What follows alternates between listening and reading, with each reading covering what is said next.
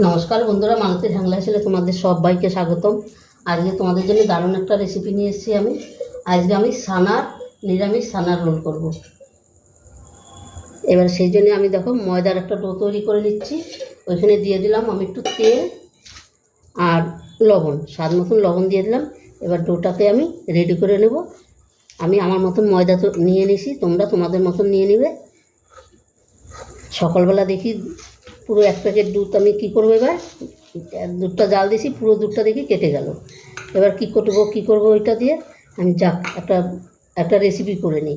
তাই বন্ধুরা দেখো, এই যে ছানাটা তৈরি করে নিয়েছি, এই ছানা দিয়েই আমি আজকে ছানার রোল তৈরি করব। পুরো ভিডিওটা দেখো বন্ধুরা, খুব ভালো লাগবে। এবার আমি ময়দাটা একটু মেখে নেব। অল্প অল্প জল দিয়ে ময়দাটাকে আমি মেখে নিচ্ছি।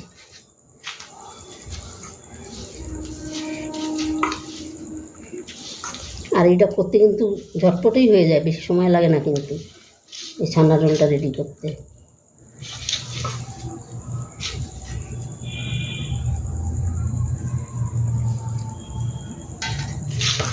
ময়দাটা কিন্তু খুব একটা পাতলা করব না।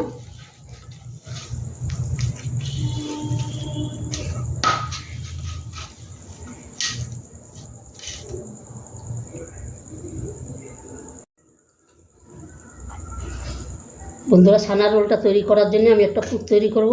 এখানে দুখানা আলু আমি আগের দিয়ে সিদ্ধ করে গ্রেট করে নিয়েছি। এখানে একটু আলুটা আমি কমিয়ে রাখছি, তারপরে আলু আমার লাগবে না, দেখছি একটু কমই লাগবে। দিয়ে দিচ্ছি ছানাটা।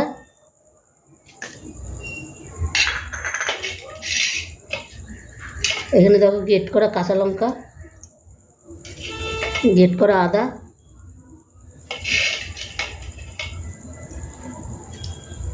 একটু গরম মশলা দিয়ে দিচ্ছি। এখানে কিন্তু এটা পুরো টোটালি নিরামিষ, এমন কিছু দরকার নাই। দিয়ে দিলাম লঙ্কার গুঁড়ো।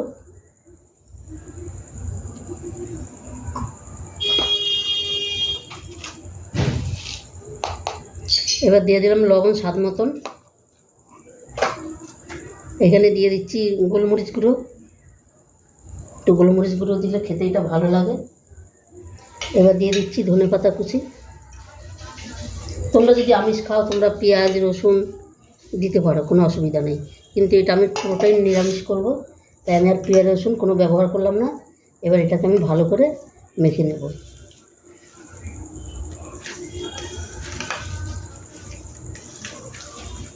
আর এটা খেতে বন্ধুরা পুরো অসাধারণ হয়। এটা টিফিনে কিন্তু বাচ্চা